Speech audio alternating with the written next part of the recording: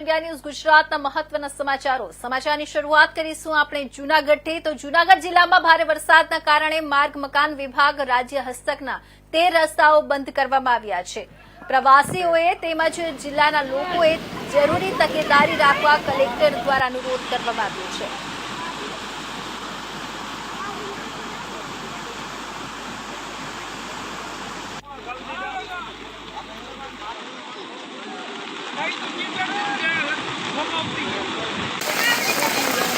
जूनागढ़ जिला में आज सवारथी भारे वरसाद शुरू थयो छे अने खास करीने 3 तालुका में भारे वरसाद नोंधायो छे। एमां मेंदरडा, वंथली अने केशोद में 3 तालुका पैकी पण मेंदरडामां सौथी वधारे एटले के 314 mm जेटलो वरसाद लगभग 12.5 इंच जेटलो वरसाद नोंधायो छे अने बाकीना 2 तालुका छे एमां 200 mm एटले के 8 इंच जेटलो वरसाद नोंधायो छे।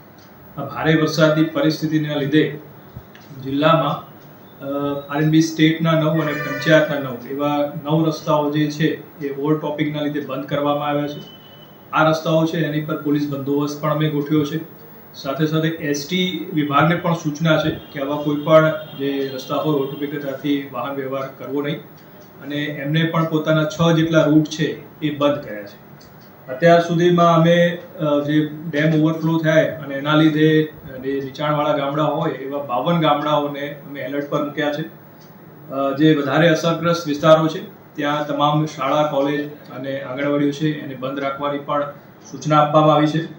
માણાવદર જે વિસ્તાર છે એમાં વીજળી પડવાથી એક વ્યક્તિનું મૃત્યુ અત્યાર સુધીમાં રિપોર્ટેડ થયું છે।